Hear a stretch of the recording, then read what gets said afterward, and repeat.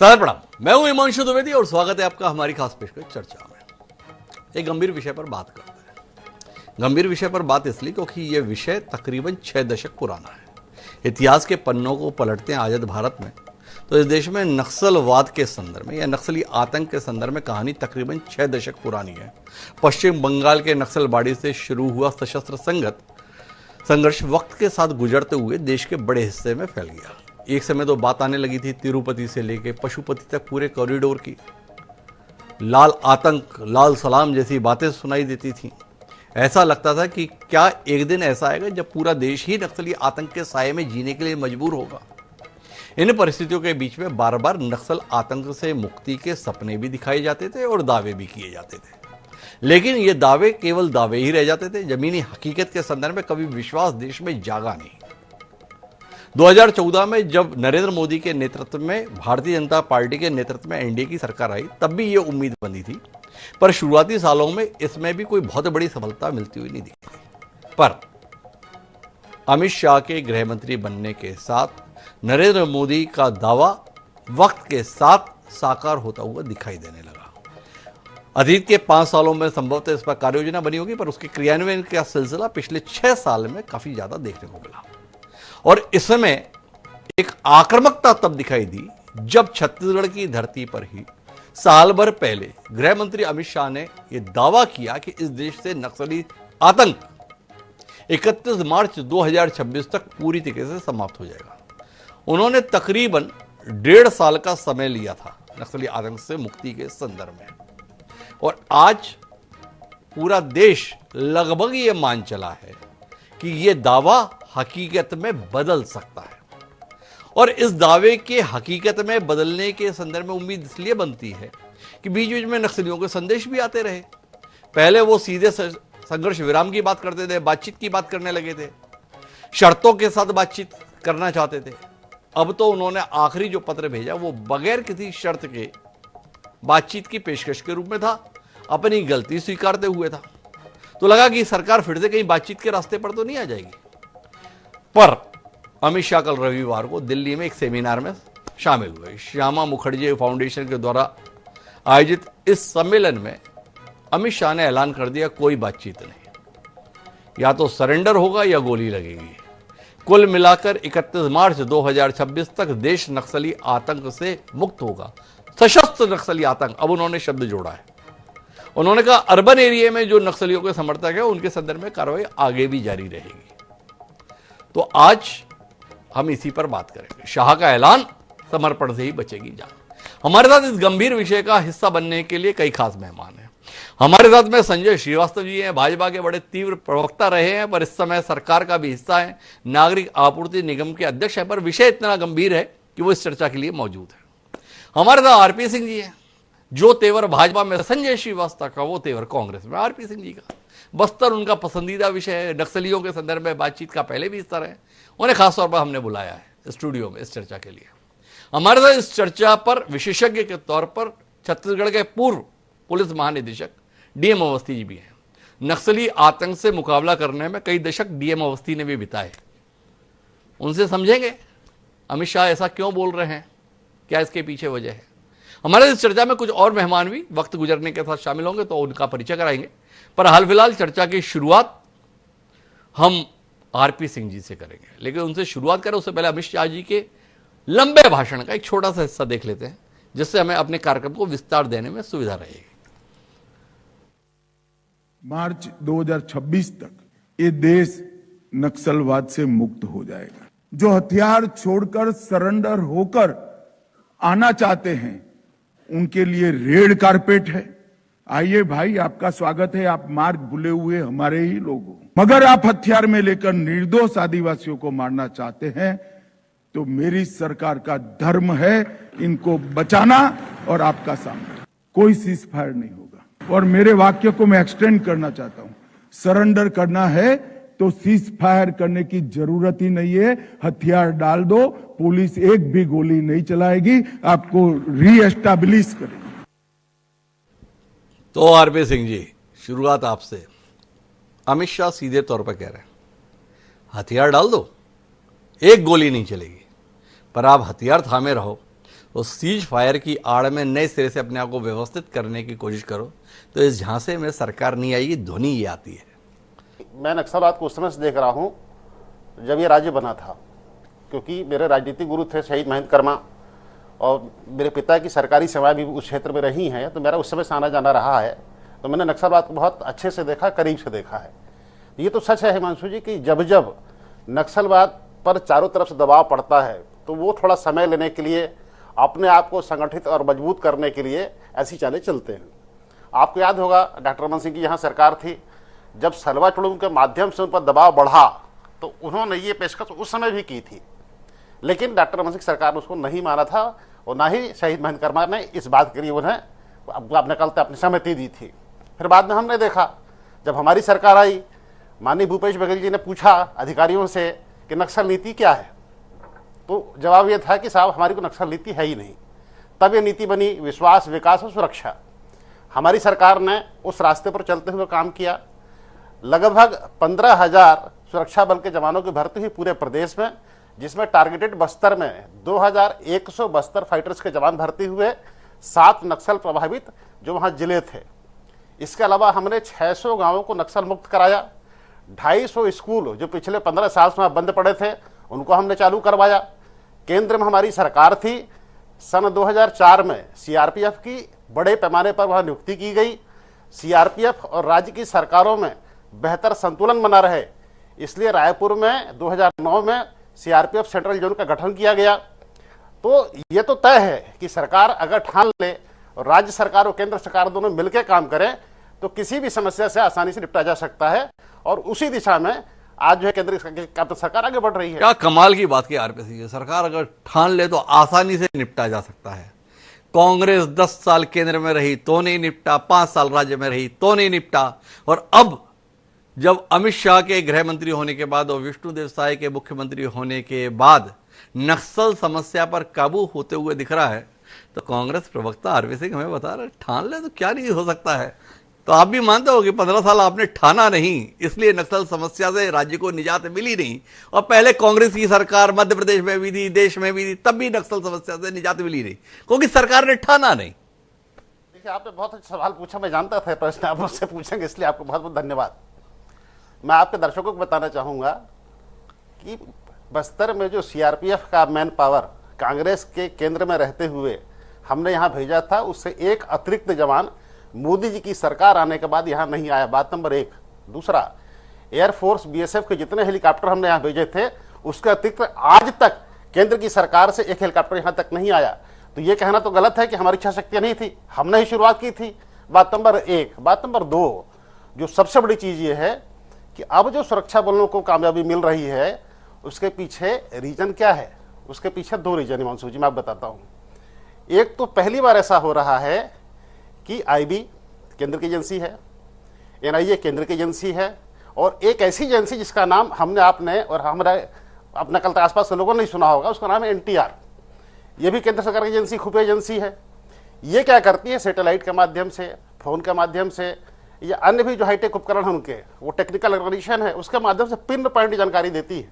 आप देखिए जिस दिन बसवा राजू मारा गया उस दिन क्या हुआ, 2 दिन पहले सुरक्षा बल वहां से रवाना हुए और पिन पॉइंट ऑपरेशन हुआ। लास्ट जो मारा गया इनका नक्सली कैडर, उसका नाम था आपने कहा बालाकृष्ण गरियाबंद में, पिन पॉइंट मिली जानकारी, ऑपरेशन हुआ और पुलिस कामयाबी मिली। दूसरी कामयाबी इसलिए पुलिस को मिल रही है कि जितने ऑपरेशन होते हैं, आप जो रिपोर्टर्स वहां जाते हैं या सुरक्षा बल के अधिकारी, आप उनसे पूछिए सबसे आगे कौन रहता है। सबसे आगे जाते हैं डीआरजी के जवान या बस्तर फाइटर्स। पीछे जो होता है वो लोकल पुलिस, एसटीएफ या कोबरा, वो साइड में चलते हैं एक घेरा बना के।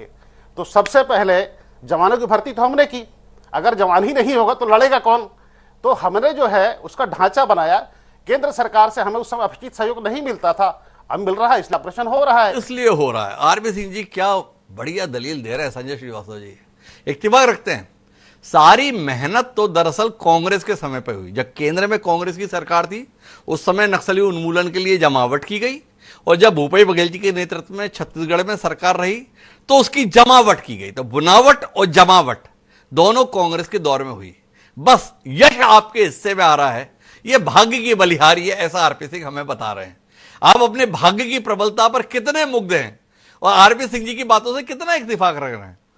देखिए, अभी चर्चा, हिमांशु जी, आपने तो इच्छा शक्ति की बात की, उनने इच्छा शक्ति की बात करी, लेकिन मैं उसके पहले, मुझे लगता है किसी भी इच्छा शक्ति के पहले नियत की बात होती है। सबसे पहले नियत साफ होनी चाहिए, और नियत यदि साफ होगी तो इच्छा शक्ति प्रबल होगी, और इच्छा शक्ति प्रबल होगी तो तमाम प्रकार की रणनीति जिसकी चर्चा हो रही तो रणनीति बनेगी, और जब रणनीति बेहतर होगी सब चीजों की, तो मुझे लगता है जो परिणाम अब प्राप्त हो रहा है ये परिणाम अपने आप प्राप्त होगा। समय किसी का भी हो, सरकार किसी की भी हो, अर्थात नियत अच्छी हो, इच्छा शक्ति हो, रणनीति अच्छी हो, तो परिणाम भी प्राप्त होता है। तो मुझे लगता है कि इतने ही शब्दों में आरपी सिंह ने जो सवाल खड़ा किया उसका जवाब उनको मिल गया होगा कि न तो नियत ठीक थी, न इच्छा शक्ति थी, और नियत क्या थी ये तो सबके सामने जाहिर है। लेकिन विषय आज बड़ा महत्वपूर्ण है, क्योंकि एक बड़ा विश्वास पैदा हुआ है न केवल छत्तीसगढ़ में बल्कि पूरे देश की जनता में, कि अब जो एक लक्ष्य आधारित, एक समय आधारित जिस लक्ष्य को हमने तय किया है कि 31 मार्च 2026, मैं तो आज इस चर्चा में माननीय गृह मंत्री जी को धन्यवाद दूंगा कि लगातार सफलता अर्जित हो रही है। अब वो दिन दूर नहीं जब इस पूरे परिणाम आधारित सब चीजें पूरी होंगी और नक्सलवाद, माओवाद इस देश से समाप्त होगा। देखिए, कभी कभी बहुत लिबर्टी भी काम नहीं करती है, और सख्त अंदाज में भी काम जब करना पड़ता है, जब बहुत नुकसान होता है तो सख्त अंदाज में काम करना पड़ता है, और यही काम माननीय गृह मंत्री जी ने किया कि अब कोई किंतु परंतु नहीं, आत्मसमर्पण करेंगे तो सब कुछ होगा, कोई संवाद नहीं होगा, किसी प्रकार का संघर्ष विराम नहीं होगा। ये बहुत उन्होंने कह दिया है कि नहीं होगा सीज फायर और डाल दीजिए हथियार, इस तरह की रणनीति अपनाए हैं। तो मुझे लगता है कि बहुत अच्छी स्ट्रेटेजी के साथ में एक समय सीमा और लक्ष्य आधारित ये जो काम माननीय गृह मंत्री जी के नेतृत्व में और राज्य की सरकार, जो हमारे छत्तीसगढ़ की यदि बात मैं करूं तो राज्य सरकार लगातार काम कर रही है, तो निश्चित रूप से इसका परिणाम प्राप्त होना है। और जिस तरीके से जो एक चिट्ठी लिखी गई, देखिए किस तरीके से जो बात अभी निकली है जी, कि किस तरीके के जो तत्व हैं, और विशेषकर मैं इस पर फोकस करना चाहूंगा हिमांशु जी कि आज केवल हथियार पकड़ लेना या उनको रोक देना ही केवल नहीं है, माओवादी द्वारा केवल हम हत्याओं को रोक दिए या उनको मार दिए तो हमारा काम खत्म हो गया, ऐसा नहीं है। इस देश का दुर्भाग्य ये रहा है कि माओवादियों के समर्थन में क्या आए हैं, आज कांग्रेस की बात मैं नहीं करना चाहता, लेकिन ये तो जग जाहिर है कि कौन क्या किया है। तो मुझे लगता है कि इसको समाप्त करने के लिए जो इनके विचार के पोषक हैं जी, विशेषकर इस तरह के जो वैचारिक जो चीजें हैं उनके जो पोषक हैं उसको समाप्त करने की आवश्यकता है, और विचार के पोषक के बाद जो वित्त पोषकों की आवश्यकता होती है, जो वित्त जहां से फाइनेंस होता है वो चीजें, और जो कानूनी समर्थक करके इनके पीछे हमेशा खड़े हुए दिखाई देते हैं, ऐसे लोगों को भी समाप्त करने की आवश्यकता है, तब जाकर निश्चित तौर पर होगा। और यही उसका उदाहरण था जब बीच में युद्ध विराम की जब बातचीत आई तो उसको एक सिरे से माननीय केंद्रीय गृह मंत्री जी ने खारिज किया। एक बात संजय जी, पहले तो आप लोग बोली बोली की बात बहुत करते थे, आपकी तरफ से लगातार पेशकश होती थी, हम बातचीत के लिए तैयार, हम बातचीत के लिए तैयार, नक्सली कर देते अस्वीकार। अब सीन बदल गया, अब उन्हें बातचीत स्वीकार तो आप कर दे रहे हो अस्वीकार। मतलब जब जिसका पलड़ा भारी होता है वो अपनी सुविधा से निर्णय ले लेता है। जब संवाद को और बातचीत को आप खारिज कर दें और बातचीत के आधार पर आप धोखाधड़ी करें और षड्यंत्र करके आप वो तमाम निर्दोष आदिवासियों को मारेंगे, तो उसके बाद वो चीजें समाप्त हो जाती है और तब कड़ा रुख अपनाना पड़ता है। जिस तरीके से विद्यार्थियों को पहले समझाया जाता है, जब नहीं समझते हैं तो थोड़ी सी कड़ाई करनी पड़ती है, तो उसका परिणाम आता है। और लगभग उसी स्थिति में आज ये माओवाद समाप्त करने की स्थिति है। देखिए, थोड़ी सी कड़ाई हुई, जब गोली चलने लगी, जब मारा गया, तो अपने आप कैसे आत्मसमर्पण करने की तो बातचीत नहीं, लेकिन हाँ संघर्ष विराम कर लें, वो नक्सली सरेंडर हो रहे हैं, तमाम प्रकार की घटनाएं सामने दिखाई दे रही हैं। तो मुझे लगता है कि सब प्रकार की रणनीति अपनानी पड़ती है, तब सफलता प्राप्त होती है। और लगभग वही स्थिति पे आज हमारी केंद्र की सरकार, प्रदेश सरकार के माध्यम से कर रही है। पुराने लोग जो वित्त पोषक थे, जो वैचारिक पोषक थे, कांग्रेस का क्या ढुलमिल नीति रहा, आपने 15 साल की कहानी करी थी, मैं तो पिछले 50 सालों की बात करूंगा कि कहां से यह पैदा हुआ, कहां तक बढ़ा गया, कहां तक इसको पोषक, वित्त पोषक के रूप में वैचारिक रूप से पोषा गया है। तो मुझे लगता है वो तमाम चीजें समाप्त है। ये संदेश गृह मंत्री जी का केवल उन माओवादियों को नहीं है, उससे बड़ा जो संदेश है, जो कड़ा संदेश है, वो माओवादी समर्थक, वैचारिक रूप से जो समर्थक है, वैचारिक रूप से जो इनके साथ में खड़े हैं, वित्त के रूप में जो पोषित कर रहे हैं इनको, इनके लिए कड़ा संदेश है, इनके लिए कड़ा संदेश। ये बार बार संजय श्रीवास्तव जी समझा रहे हैं तो मैं समझने की कोशिश कर लेता हूं। माननीय दुर्गेश माधव अवस्थी जी हमारे साथ में है, बड़ा लंबा समय पुलिस अधिकारी के तौर पर उन्होंने बताया है। ये बार बार अब नई कहानी शुरू हो गई है अवस्थी साहब। पहले कहते थे 31 मार्च 2026 तक इस देश से नक्सलवाद खत्म हो जाएगा। अब कहा है कि देखो 31 मार्च 2026 तक तो खत्म होगा सशस्त्र नक्सली संघर्ष, पर जब तक शहरी नक्सलियों को भी नहीं रोका जाएगा जो इस आंदोलन को वैचारिक, कानूनी और आर्थिक मदद देते हैं, तब तक बात बनेगी नहीं। थोड़ा रोशनी डालो ना अवस्थी साहब। भाई बंदूक लिए हुए जंगल में घुसे हुए बैठे थे इसलिए हम नहीं पकड़ पाते थे, ये दलीलें होती थी सरकार की ओर से, पर शहर में बैठे हैं, वित्तीय पोषण कर रहे हैं, आर्थिक रूप से मदद कर रहे हैं, भावनात्मक रूप से मदद कर रहे हैं, कानूनी रूप से मदद कर रहे हैं, तब भी आप लोग कुछ नहीं किए, ऐसा लगा। नहीं, मैं हिमांशु जी, ये जो गंभीर विषय की चर्चा है जी, इस पर मैं ये जरूर कहना चाहूंगा, और जो प्रश्न आपने पूछा है, ये विचारधारा जो है सन 60 से चल रही है, और विचारधारा के पोषक और उसके जो विचारधारा वाले, ये जो हमारे यहाँ पर नक्सलवाद आया, ये अगर उसे कार्ल मार्क्स, लेनिन और माओ के हिसाब से जोड़ेंगे तो ये एक इम्पोर्टेड चीज़ थी जो अपने देश की परिस्थितियों में लागू की गई, और जानबूझ के लागू की गई, सुनियोजित तरीके से लागू की गई। ये अपने आप नहीं आ गई, परिस्थितियां ऐसी थी, एक्सप्लॉयटेशन था, इसलिए विचारधारा को बड़ा बल मिला, और जो भ्रष्टाचार या जिस तरह का शोषण था उन इलाकों में, जो बहुत हमारे आदिवासी इलाके थे या जो बहुत बैकवर्ड इलाके थे, 47 में भारत आज़ाद होने के बाद 67 तक चूंकि वो विकास पहुंच नहीं पाया, इसलिए विचारधारा पनपती गई। जो आर्म्ड रिबेलियन है जिसके बारे में चर्चा हो रही है, ये उनका PLGA, उन्होंने एक कॉन्सेप्ट निकाला कि नहीं, हमको पीपल लिबरेशन गुरिल्ला आर्मी जो है, इसके बिना क्रांति का तो विचारधारा थी, लेकिन इसको लेकर के हमको बंदूकें लेकर उतरना है और घेरना है और उसके बाद सत्ता हासिल करनी है। ये लड़ाई शुरू हुई, और जब सब तरफ से उसका मुकाबला किया गया, चाहे वो पश्चिम बंगाल हो या आंध्र प्रदेश हो, तो छत्तीसगढ़ में आके सीमित हो गया, मध्य प्रदेश के इस इलाके में, और काफ़ी बड़ी जड़ें छत्तीसगढ़ एक तरह की राजधानी हो गई। तो अभी जो ये सारी बात हो रही है, इसको बहुत संक्षेप में मैं 2013 तक इस प्रदेश में अगर आप देखेंगे, 2000 से 2013 तक जीरम घाटी के समय में छत्तीसगढ़ के नक्सलवाद की परिस्थितियां ये थी कि जीरम घाटी में हमने बहुत बड़े बड़े नेताओं को खो दिया, और 14 की स्थिति में हम उस किनारे पर खड़े थे, लगता था कि नक्सलवाद से हम हार गए हैं। उस समय केंद्र में मोदी जी की सरकार आई और उन्होंने एक रणनीति बनाई। मैं चूंकि लगातार इस विषय में रहा, नक्सल DGP रहा, इसलिए मुझे मालूम है, एक नीति बनी कि इनको खत्म करना है। और 14 से 24 तक आते आते आज हर कोई मानने लगा देश में कि नक्सलवाद सच में खत्म हो रहा है, और सच में हो रहा है। बड़े बड़े लोग मारे गए। जो सवाल है आपने उठाया कि जो ये लोग शहरी नेटवर्क है जिसको कहते हैं, शहरी नेटवर्क पर भी समय समय पर कार्रवाई हुई है। रायपुर में भी, छत्तीसगढ़ में भी कई लोग पकड़े गए, सान्याल होंगे या रामचंद्र रेड्डी जिनकी अभी हुई है, इनको भी गिरफ्तार किया गया था। यहीं रायपुर कोर्ट में ये प्रैक्टिस करते थे। इसी तरह से और भी बहुत लोग हैं, देश में कई जगहों पर कार्रवाई हुई है।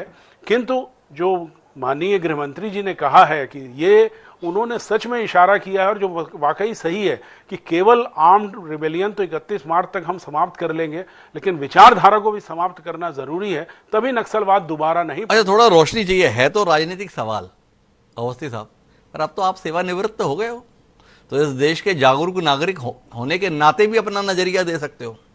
ये जो आपके बगल में बैठे हैं ना RP सिंह जी, कांग्रेस के सुधी प्रवक्ता, वो ये बता रहे हैं कि देखो, नक्सलियों के खिलाफ भर्ती तो केवल हमने की पुलिस में, तब जाके लड़ाई लड़ी गई। और आप बता रहे थे कि 2014 से लेकर 2018 के बीच में आप नक्सली ऑपरेशन के प्रमुख भी थे, जिम्मेदार पद पर थे, हम स्वयं भी प्रत्यक्षदर्शी हैं।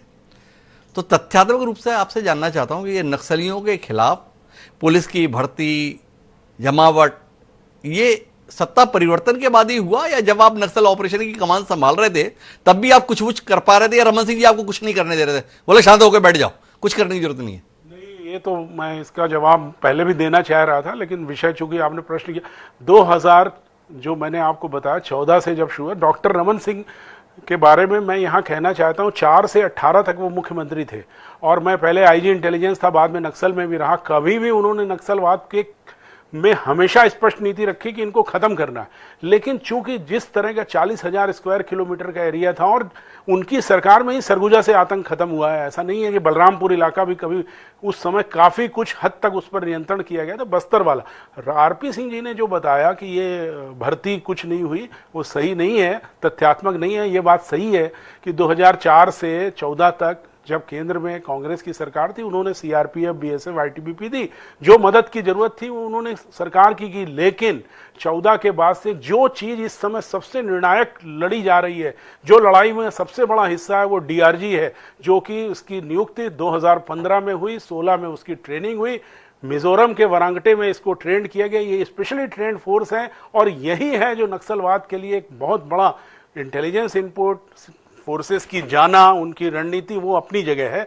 लेकिन जो कामयाब चीज साबित हुई वो डीआरजी है और उसका गठन हो गया था 2015 में। उसको 16 में हम लोगों ने खुद, मैंने भेजा था उसे मिजोरम में, वो ट्रेंड होके जब आई है, अब उसने सीआरपीएफ के साथ और बाकी चीज। ये बात सही है कि इन्होंने बस्तरिया बटालियन के बारे में 2018 में ही ये प्रस्ताव पास हो गया था, लेकिन चूंकि सरकार बदली तो नई सरकार जो भूपेश जी की थी उसने बस्तर बटालियन की भर्ती की। सीआरपीएफ में भी बस्तरिया बटालियन की भर्ती की गई। उस प्रेजेंटेशन को मैंने ही बनाया था उस समय, तो दोनों फोर्सेस, स्टेट ने भी बनाया और सेंट्रल गवर्नमेंट ने भी सीआरपीएफ में बस्तरिया बटालियन की वो की है। और जो आखिरी बात मैं बताना चाहता हूं कि एक फोर्स भी नहीं आई, जो आरपी ने कहा था वो भी सही नहीं है। 2018 में 8 बटालियन जब हम लोग भारत सरकार में गए तो राजीव गाबा जी जो होम सेक्रेटरी थे, बाद में कैबिनेट सेक्रेटरी रहे, उस समय राजनाथ सिंह जी मुख्यमंत्री थे, 8 बटालियन छत्तीसगढ़ को सीआरपीएफ की एक्स्ट्रा दी गई। और उसके बाद भी मैं तो डीजी रहा, बहुत सारी चीज है। और अंत में मैं ये बताना चाहूंगा कि जो केंद्रीय गृह मंत्री जी हैं अमित शाह जी, उन्होंने कितनी बार, मैं खुद उनके साथ बीजापुर, सुकमा सब जगह गया हूं, उनका जो नजरिया था, और ये फिर एक बात है जो दृढ़ इच्छा शक्ति है, शायद ये 2035 तक भी इसी तरह चलती रहती है लड़ाई, लेकिन उन्होंने कहा मार्च 26 डेडलाइन है, तो सारी फोर्स, सारा देश लग गया और आज हम इस नतीजे पर आ रहे हैं। तथ्यात्मक रूप से जानकारी हमने अवस्थी साहब से ली, जब मौका आएगा तो आरपी सिंह जी से कुछ और जानेंगे। पर अभी हमारे साथ में धर्मराज महापात्रा जी हैं, उनके पास हम जाएंगे, लेकिन उससे पहले मनीष गुप्ता जी जो बस्तर इलाके के प्रबुद्ध पत्रकार है, वहां की जमीनी हकीकत को समझते हैं, उनसे समझने की कोशिश करते हैं। अमित शाह जी का ताजा बयान, मनीष जी, कितना अप्रत्याशित वहां के माहौल में है? क्या वाकई नक्सली या नक्सलियों के प्रति सद्भावना रखने वाले कुछ लोग इस उम्मीद से थे कि इस पत्र के बाद, इस स्वीकारोक्ति के बाद की गलती थी, कुछ संघर्ष विराम जैसे हालात बनेंगे? पर अमित शाह ने कहा है विकल्प तो एक ही है, सरेंडर, अन्यथा गोली खाने के लिए तैयार। आपकी प्रतिक्रिया?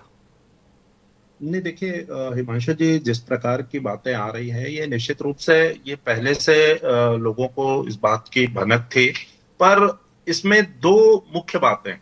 देखिए, एक तो ये है कि सरकार नक्सलियों से वार्ता नहीं करना चाहती, ऐसी बात नहीं है। नक्सलियों से सरकार और नक्सलियों के बीच जो विरोधाभास है वो कहीं ना कहीं वार्ता के प्रकार को लेकर के। देखिए, बैक चैनल आज भी तलाश किया जा रहा है। सरकार इस उसमें लगी है कि बैक चैनल से हम बात करें, आपकी जो बातें हैं उन बातों को हम सुने और हम उस पर जवाब दें। ये ऑन टेबल जो है ये वो सरकार भी नहीं चाहती, क्योंकि सरकार इस समय अपर हैंड पर है, और सरकार अपर हैंड पर है तो सरकार ये कोई मैसेज नहीं देना चाहती कि हम अपर हैंड में होने के बाद भी नक्सलियों से बातचीत करना चाहते हैं। दूसरी बात यह है, बातचीत को लेकर के पुलिस का रवैया एकदम एंटी है। पुलिस बिल्कुल नहीं चाहती कि हम नक्सलवाद को लेकर के, हमने अब तक जो काम किया है, हमारे जवान बहुत आगे बढ़ गए हैं और अब बैक फुट पर आना, कहीं ना कहीं फोर्स के मनोबल को तोड़ना है, और इसको लेकर के फोर्सेस बिल्कुल तैयार नहीं है। और जिस तरीके से फोर्सेस ने काम किया है, सरकार भी उनको नाराज नहीं करना चाहती, क्योंकि 2003-4 में जो आंध्र प्रदेश में फोर्स के अगेंस्ट में जाकर के वहां की सरकार ने नक्सलियों से बात की है, उसके नतीजे बहुत अच्छे नहीं आए हैं, और कहीं ना कहीं सुरक्षा बलों ने उस पर जो है अपनी नाराजगी भी जाहिर की थी। तीसरी बात इसमें एक ये है कि जिस तरीके से अब नक्सलियों को आतंकवादी तो कहा नहीं जा रहा है, नक्सली हमारे ही इलाके के लोग हैं, तो कहीं ना कहीं सरकार ये मैसेज भी नहीं देना चाहती कि हम उनकी बातों को सुनने के लिए तैयार नहीं है। और संभवतः मैं बहुत गंभीरता से और बहुत जवाबदारी से ये बात कह रहा हूं कि अंदर खाने बैक चैनल की तलाश की जा रही है, जिस पर नक्सलियों ने सहमति नहीं दी है। और वार्ता को लेकर के जो नक्सलियों का अपना रुख है, उस पर भी नक्सलियों में आम राय नहीं है।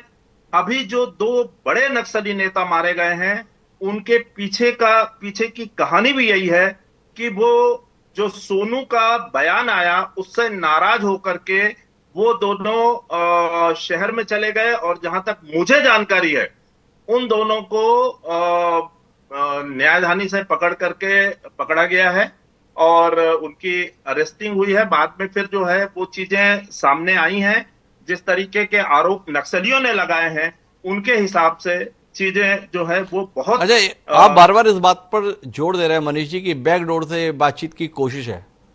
क्या बात करेंगे? सरकार क्या बात करना चाहेगी? देखिए, बातचीत नहीं है। देखिए, आज इतना बड़ा अगर आंदोलन खड़ा हुआ है, कहीं ना कहीं वैचारिक उनकी भी अपनी कुछ आइडियोलॉजी है, और जिसके आधार पर उन्होंने 5 दशकों तक इस आंदोलन को खड़ा किया था। नो डाउट आज अगर विचारधारा की बात हो रही है, आप सशस्त्र आंदोलन खत्म कर सकते हैं, नक्सलियों को खत्म कर देंगे, लेकिन जिस विचारधारा की बुनियाद पर आज ये आंदोलन यहां पर खड़ा है, ये कहीं ना कहीं ये बात लोगों को भी सालेगी। ये एक बड़ी अजीब सी बात है। मनीष जी कह रहे हैं जिस वैचारिक आधार पर ये आंदोलन खड़ा है। मेरे साथ में आरपी सिंह जी हैं, जमीनी जानकारी रखते हैं। आरपी जी, आप इत्तेफाक रखते हैं कि इसमें कोई वैचारिक आधार बच गया है?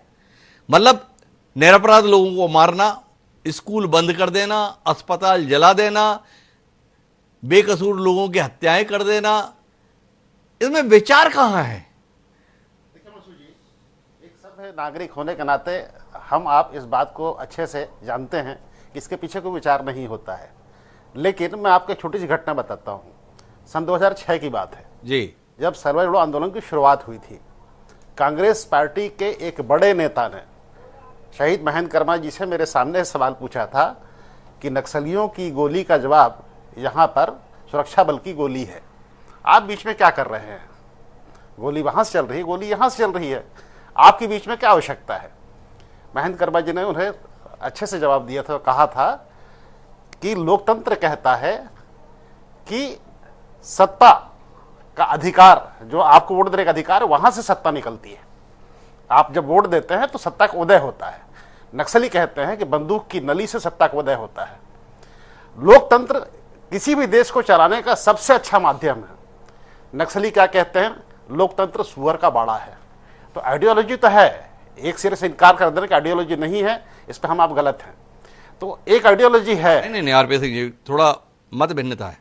जब शुरू हुआ था तब एक विचार था, उस विचार के साथ जुड़े हुए लोग थे, पर वक्त के साथ जो बदलाव को जुड़ा हुआ पाया है, या विचार तो कहीं कोने में रह गया, कुल मिला के बंदूक की नली रह गई और जिसकी लाठी उसकी भैंस वाला विचार क्रियान्वित हो गया।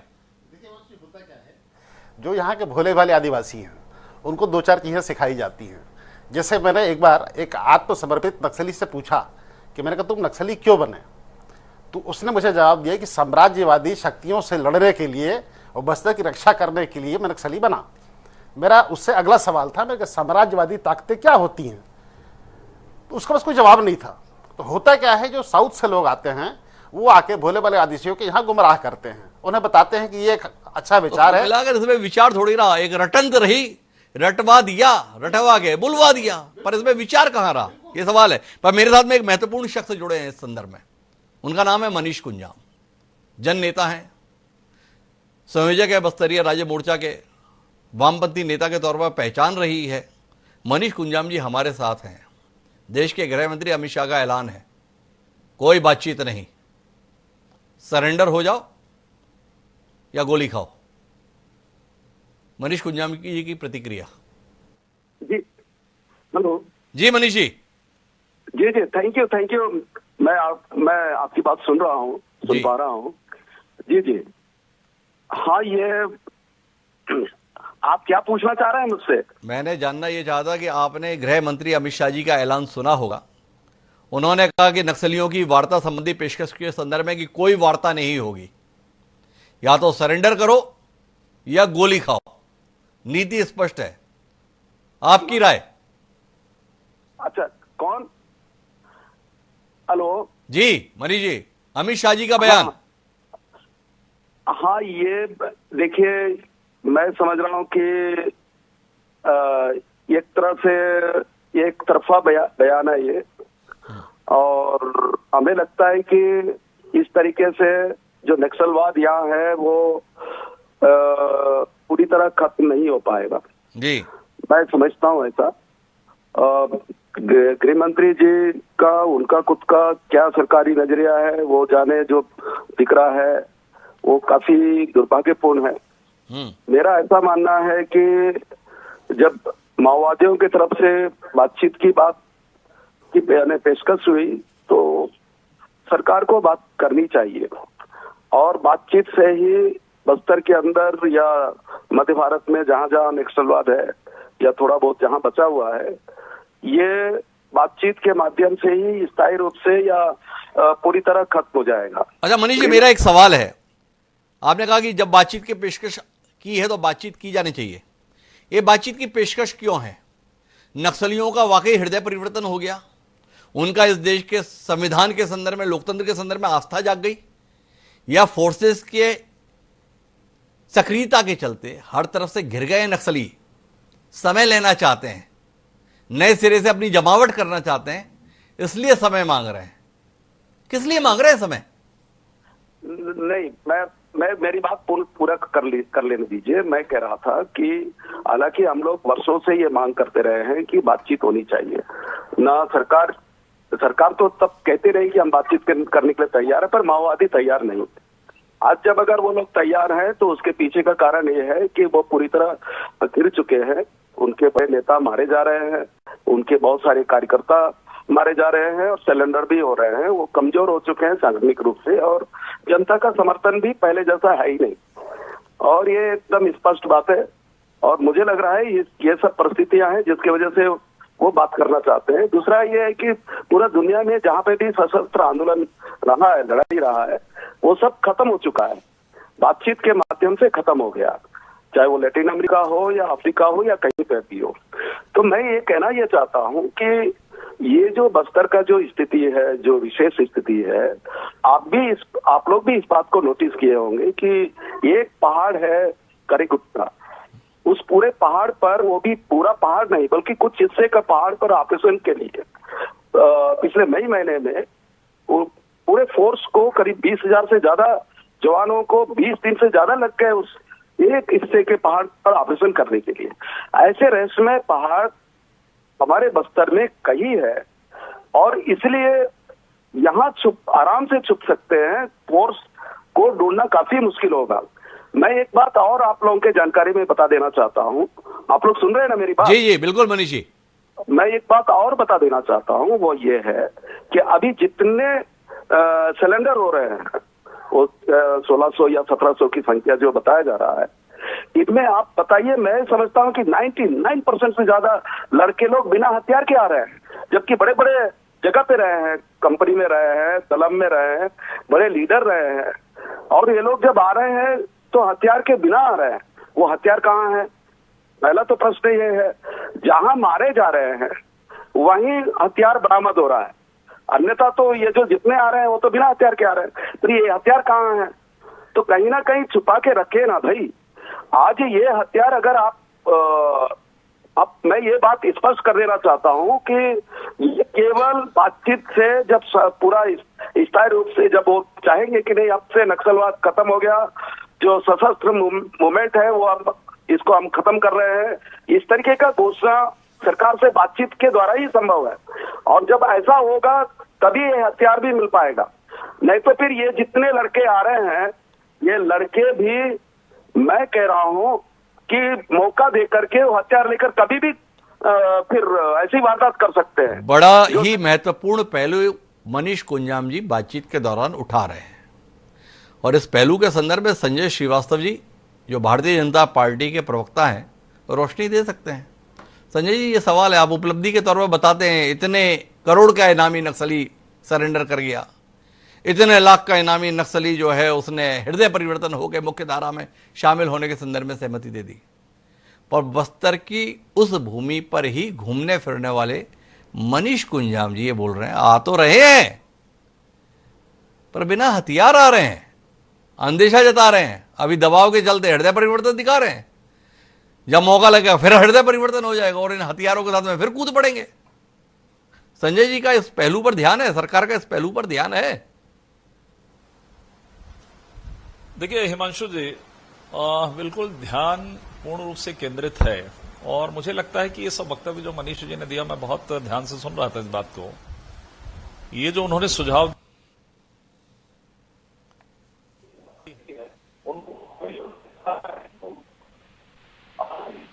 धारा में लौटड़ों वर्ष और शायद सैकड़ों बार इस तरह की पेशकश की गई है और शायद इसीलिए इसको सरकार की कमजोरी समझा जाता था और इस पर प्रश्न उठते थे कि कोई भी सरकारें आती है, सरकार केवल इस बात को कहती है कि हम नक्सल नीति बनाएंगे, हम बातचीत करेंगे, बातचीत की पेश करेंगे, नहीं तो हम समाप्त करेंगे। सरकारें आई गई, सरकारें चली गई।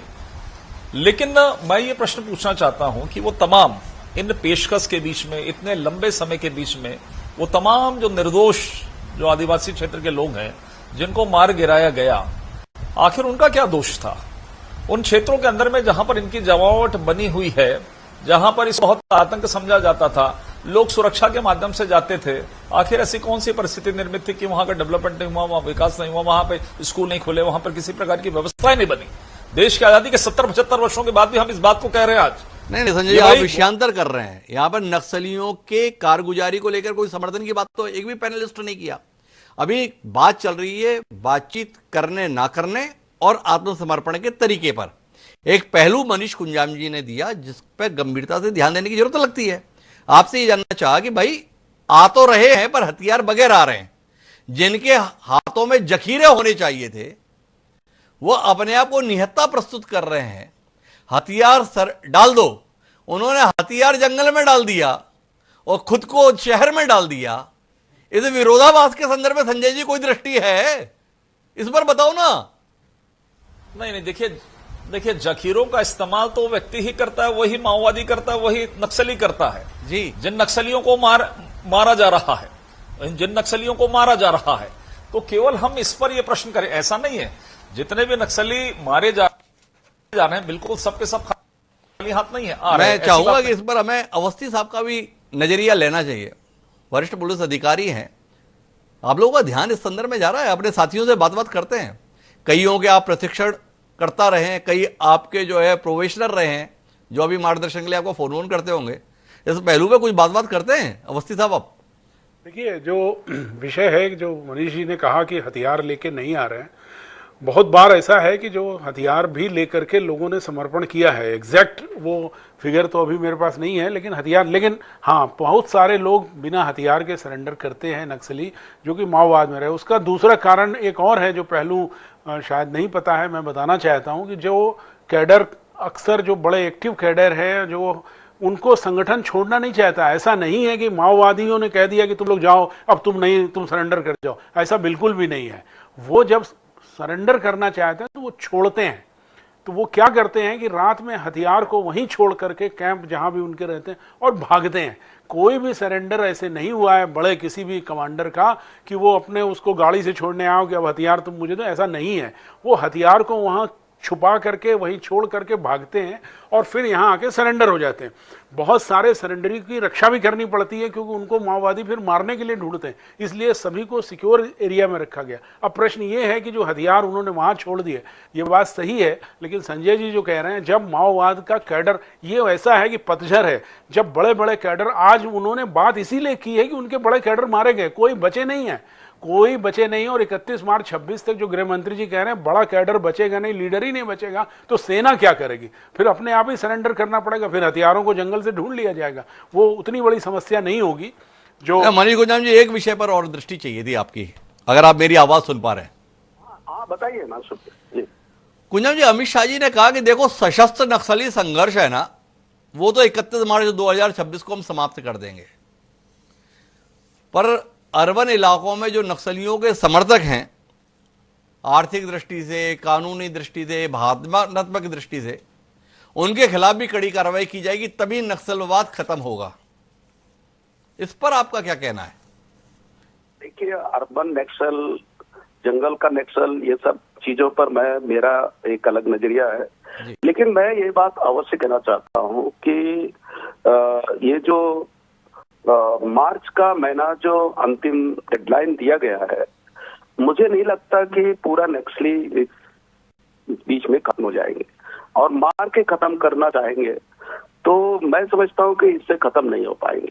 एकदम मैं ही नहीं कह रहा हूँ, बल्कि यहाँ जो मौके पर जो पुलिस अधिकारी हैं, इनका भी मानना है कि ये पता नहीं किस तरीके का तारीख दिया गया है, कौन किससे पूछ करके, पर इतना आसान नहीं है इन बस्तर के जंगलों में। ये यहाँ के लोकल पुलिस अधिकारी जो एसपी रैंक के अधिकारी हैं, इन सबका भी कहना है, वो पता नहीं, हो सकता है गृह मंत्री को कुछ अलग क्लू हो, लेकिन मेरा ऐसा मानना है कि ये केवल बातचीत के माध्यम से ही बस्तर के अंदर जितने जो शस्त्र कहीं कहीं छुपा रखे हैं, ये सब बातचीत के बाद जब ये घोषित करेंगे कि हम माओवाद जो हथियारबंद लड़ाई है इसको हम छोड़ रहे हैं, ये और इस तरीके का थोड़ा अपन बातचीत के मर्म को समझें। अमित शाह का बातचीत से ऐतराज नहीं है, अमित शाह का ऐतराज सीज फायर के बाद बातचीत से है। बात करना अभी आ जाओ, कौन बात करने से मना कर रहा है, पर आप चाहो कि हम अपने ऑपरेशंस को रोक दें और 1 महीने के लिए और फिर आप बात करेंगे, इसके लिए तैयार नहीं है। और आप खुद हमसे बातचीत में कह रहे हैं कि बहुत कमजोर हो गया है, तो क्या चाहते हैं आप? आपको लगता है नक्सलियों के प्रस्ताव को मानना चाहिए, 1 महीने का सीज फायर होना चाहिए, बात होनी चाहिए तो खत्म हो जाएगा, या आप अमित शाह जी की बात से सहमत हैं? बात करनी अभी आ जाओ, हथियार छोड़ो, बात करो, हमारे ही हो, हमारे ही भाई हो। हिमांशु भैया, ऐसा है, देखिए हमारे देश की सरकार अलग अलग जो पृथकतावादी जो गुट हैं, चाहे वो नॉर्थ ईस्ट के हो या कश्मीर के हो या पंजाब तक के, उनसे भी अलग अलग देश के बाहर भी जाकर के बातचीत की है। और इनसे बातचीत करने में क्या दिक्कत है? कोई दिक्कत तो होना नहीं चाहिए। जब ये मनीष जी, आप मेरी बात को फिर से समझने की कोशिश करें। सीज फायर करके बातचीत होनी चाहिए या बिना सीज फायर की शर्त के साथ बातचीत होनी चाहिए? बिल्कुल, मैं उस पक्ष में नहीं हूं कि सीज फायर हो। मैं ये चाहता हूं कि सरकार के पास बहुत सारे ऐसे तरीके हैं। अब जैसे आप ही हैं, आप एक पत्रकार है, तटस्थ पत्रकार है, आप जैसे कुछ लोगों को सरकार एक प्रतिनिधि बनाकर उनके पास भेज सकती है, बातचीत करें। बाकी आप जो फोर्स का मूवमेंट वो भी चले और बातचीत भी चले, इसमें क्या दिक्कत है? मुझे तो संजय श्रीवास्तव जी, मनीष कुंजाम जी ने नजरिया दिया, सीज फायर की तो जरूरत नहीं है, पर बात भी करने से इंकार कर दो। भाई ऐसी भी क्या बात है? लोकतांत्रिक व्यवस्था में बात करने से भी इंकार है। कौन सा आंदोलन ऐसा है जो बगैर बातचीत के खत्म हो गया? हिमांशु जी, देखिए मनीष जी की बात बहुत स्पष्ट नहीं है, जो स्पष्ट कर ही नहीं पा रहे हैं सीज तरीके से ना हो तो ये संभव नहीं है। देखिए इतिहास में तो जाना ही पड़ेगा ना, जो रिश्वत सभी सरकारों ने की, जो मैंने पहले कहा है, क्यों नहीं ये चीजें समाप्त हुई हैं। आखिर ये निर्णय सरकार को क्यों करना पड़ना है, इस विषय पर भी जाना चाहिए। वो तो कह रहे हैं, वो तो यहां तक कह दिए माननीय गृह मंत्री जी कि रेड कारपेट तैयार है उनके लिए व्यवस्थापन, उनके लिए तमाम प्रकार की योजनाओं के साथ में हम आए हैं और इसके लिए पूरी सरकार पूरी तरीके से तैयार है। लाभदायक पुनर्वास नीति के साथ में हम तैयार हैं कि उनको पुनर्वास करेंगे। अब मुझे लगता है कि फिर इससे बड़ी बात क्या है? फिर इससे बड़ी बात क्या है? तो कुल मिला के मुझे लगता है कि मनीष गुप्ता जी जो बात कह रहे हैं, हमें उस पर नए सिरे से जाने की जरूरत है। मनीष गुप्ता जी कह रहे थे कि देखो, मंच से भले ही कहा जा रहा है कि हम बातचीत नहीं कर रहे, पर अगर बातचीत हो पाए तो उस विकल्प को सरकार संजीदगी से तलाश रही है। तो मैं वापस आरपी सिंह जी के पास आता हूं। आरपी सिंह जी, आपसे जानना चाहता हूं, कई बार कहा जाता है आप लोगों की सद्भावना नक्सलियों के साथ रही, इसलिए समाप्त नहीं हुआ। इस बातचीत का हिस्सा बनने का कोई मन है कांग्रेस का? देखिए, नक्सलवाद से सबसे ज्यादा नुकसान किसी को हुआ तो हम ही को हुआ है। झीरम में हमारे नेता मारे गए थे, बीजेपी की सरकार थी। नक्सलियों को अगर भाजपा से चिढ़ होती तो भाजपा के नेताओं की हत्या करते, हमारे नेताओं की हत्या क्यों की? नक्सलियों के खिलाफ पहला आंदोलन जो चला तो चलाने वाले कौन थे? चलाने वाले हमारे नेता थे। वो चलाने वाले तो आपकी पार्टी में ही खलनायक की निगाह से देखा जाते थे। आरबी जी, इस सत्य से आप कहां इंकार करोगे? बिल्कुल सही बात है, लेकिन इन तमाम खतरों के बावजूद उनके मन में एक इच्छा थी ना, और वो पार्टी लाइन से अलट के वो लड़े तो, और शहादत हमारे नेताओं ने दी है। और भारतीय जनता पार्टी के कुकर्ते खोलना पड़ेगा। मैं आपको याद दिलाता हूं, इनके बस्तर सांसद एयरपोर्ट जा रहे थे, पुलिस ने रोका, गाड़ी से नक्सली अरेस्ट हुआ रायपुर में। इनके राज्यसभा सांसद के गेस्ट हाउस में शंकर नगर नक्सली अरेस्ट हुआ। दंतेवाड़ा में इनका जिला का उपाध्यक्ष नक्सलियों को ट्रैक्टर खरीद कर देने जा रहा था। तो 1000 घटनाएं गिना दूंगा, इसलिए इसको अब छोड़ते हैं। मुख्य चीज ये है कि बातचीत होनी चाहिए या नहीं होना चाहिए। मेरा ऐसा मानना है अभी फोर्स का दबाव उनके ऊपर बहुत ज्यादा है, वो समय लेना चाहते हैं, अपने आप को फिर से वो अपनी ताकत का अपना वो करना चाहते हैं। इसलिए बातचीत करने का जो रास्ता है वो सरकार के ऊपर है, सरकार समय दे या न दे, लेकिन बातचीत से कोई फायदा होगा ऐसा मुझे नहीं लगता। बात नंबर 1। बात नंबर 2, जो आदरणीय मनीष कुंजाम जी ने कहा कि जब वो नक्सली सरेंडर करने आते हैं तो हथियार लेकर नहीं आते हैं। हथियार लेकर क्यों नहीं आते हैं, ये एक घटना हमारी सरकार में हुई थी। दंतेवाड़ा जिले में एक नक्सली ने सरेंडर किया, हिमांशु जी, मैं उस समय वही था सहयोग से। जब उससे बातचीत हुई कि तुम हथियार लेके क्यों नहीं आए, बोले हथियार लेके आऊंगा तो खतरा बढ़ जाता है। हथियार अगर मेरे हाथ पर रहेगा और सामने फोर्स आ गई तो मुझसे पूछेगी नहीं कि तुम सरेंडर करने जा रहे हो कि कहीं अब कहीं और जा रहे हो, तो पहले जैसे नक्सली देखेगा पुलिस फायर करेगी, तो जान का खतरा है। हथियार मेरे हाथ में है, मेरे संगठन के लोग अगर मेरा पीछे करेंगे, हाथ पर हथियार देखेंगे तो वो फायर करेंगे। तो ऐसी स्थितियों में ये सच है कि वो सरेंडर करने जब आते हैं तो हथियार वहां कहीं छुपा के जाते हैं, और जब बाद में फोर्स वहां जाती है तो उस हथियार को रिकवर कर लिया जाता है। तो कुल मिलाकर आरपी सिंह जी के पास जो गोपनीय जानकारी है वो अवस्थी साहब इतनी बड़ी जिम्मेदारी निभाते हुए आपके पास जानकारी में नहीं है कि जो है सरेंडर करते और सरेंडर के बाद में आप लोग जो है नक्सलियों के हथियार ले आते, ऐसा आरपी सिंह जी दावा कर रहे हैं। कितने हथियार आपने ऐसे बरामद किए थे अवस्थी साहब? नहीं, वो जो मैंने पहले भी कहा, आरपी अपनी बात कह रहे हैं, उन्होंने किसी से बात की होगी। वो हथियार देखिए, सरेंडर जो बड़ा कैडर है, 2 तरह के सरेंडर हैं। एक है जो जन मिलिशिया है, जो सहयोग के रूप में रहता है, जिसके पास कोई बड़ा हथियार नहीं रहता, देसी बंदूकें रहती हैं, उसके हथियार होने ना होने से कोई खास फर्क नहीं पड़ता, वो आता है। लेकिन जो कैडर है, जिसके पास 303 या उसके ऊपर के वेपन्स हैं, वो अक्सर ऐसे कुछ प्रकरण हैं जब वो हथियार लेके भी आए हैं। लेकिन जब वो कैडर सरेंडर करना चाहता है तो वो पहले सरेंडर में उसके घर वाले, गांव वाले, वो लोग पुलिस के पास जाते हैं, वो बोलते हैं करना चाहता है। ऐसे नहीं है कि वो सीधे बस से उतरा और एसपी साहब के सामने पहुंच गया। एक पूरी उसकी एक अंडर कवर डीलिंग सी है। फिर वो हथियार, लेकिन वो हमेशा ये सही है कि हथियार छोड़ करके ही भागते हैं, या तो वो छुपाते हैं या कैंप में रख देते हैं, जिससे कि बाद में उनका पूरा बाद में उनका ना हो। मैं एक आखिरी टिप्पणी चाहता हूं मनीष कुंजाम जी। मनीष कुंजाम जी चाहते हैं कि बातचीत हो, तो कुंजाम जी मैं आपसे ये जानना चाहता हूं कि नक्सली बात क्या करेंगे? चलो बात करते हैं, बात करने के लिए बात क्या है? या सुनिए, मुझे ऐसा लगता है कि अब तक की जो नक्सलियों की जितनी चिट्ठी आई है, उनके लैंग्वेज से ऐसा लगता है कि ये लोग बातचीत के बाद हथियार छोड़ देना चाहते हैं। मुझे लगता है कि ये लोग थोड़ा सम्मानजनक ढंग से अपनी उनकी जो पार्टी है उनसे वो विदा लेना चाहते हैं, ऐसा मुझे लगता है। इसलिए बातचीत होनी चाहिए, बिल्कुल होनी चाहिए। एक सवाल जो मुझे बहुत अचरज कर रहा था, एक हमारे कोई मित्र कांग्रेस के शायद कह रहे थे कि सिलेंडर, इसलिए सिलेंडर के समय हथियार लेकर नहीं आते हैं कि फोर्स कहीं मार देंगे। उसके बाद मुझे ये बताइए कि जो लोग सिलेंडर हो रहे हैं, सिलेंडर होने के बाद चलिए मैं वहां हथियार छुपा के रखा हूं, चलिए बात करते हैं, ऐसा मुझे एक भी प्रकरण नहीं मिला।